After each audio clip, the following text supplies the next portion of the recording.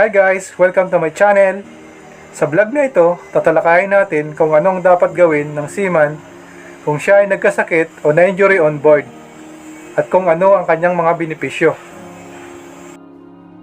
Una, mag-report agad sa kapitan upang mabigyan ng captain report o master report. Mahalaga na magkaroon nito upang ma-honor ang sakit o injury.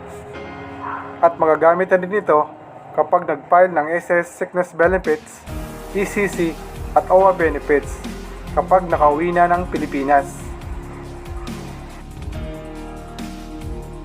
Kapag ayaw bigyan ng Captain Report o Master Report, gumawa ng sariling salaysay patungkol sa sakit niya o injury at papirmahan ito sa kanyang mga kasamahan upang ito na magiging Master Report niya.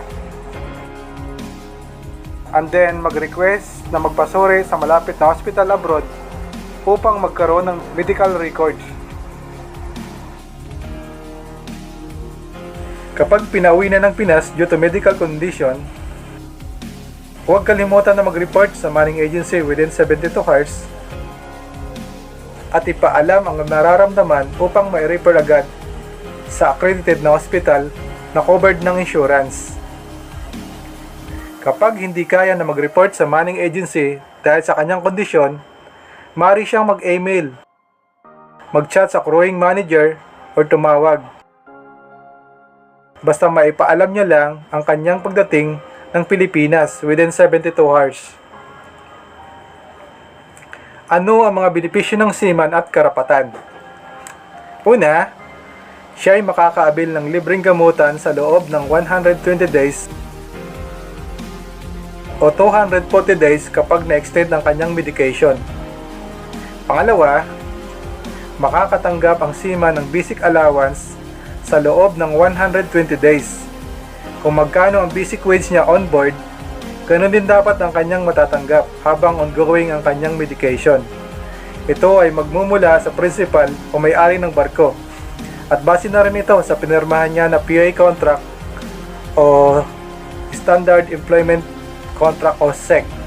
Kapag may oras kayo, maaari niyong tingnan ang inyong mga kontrata upang malaman ninyo ang inyong mga benepisyo at karapatan. Pangatlo, kapag ang seaman ay hindi lubos na gumagaling ng 120 days umabot sa 240 days sa karamdaman niya due to illness or injury made by accident, ang seaman ay entitled na sa disability benefits. Ang may obligasyon na dapat magbayad sa kanya ay walang iba kundi ang main insurance o ang kanyang P&I Club o Protection and Indemnity. Note, a seaman has more benefits if he is union members o may collective bargaining agreement o CBA ang kanyang barkong sinakyan. Kailangan mo ba ng legal advice for free consultation? Feel free to comment down below or send a private message to me or call for your privacy. Thank you and God bless.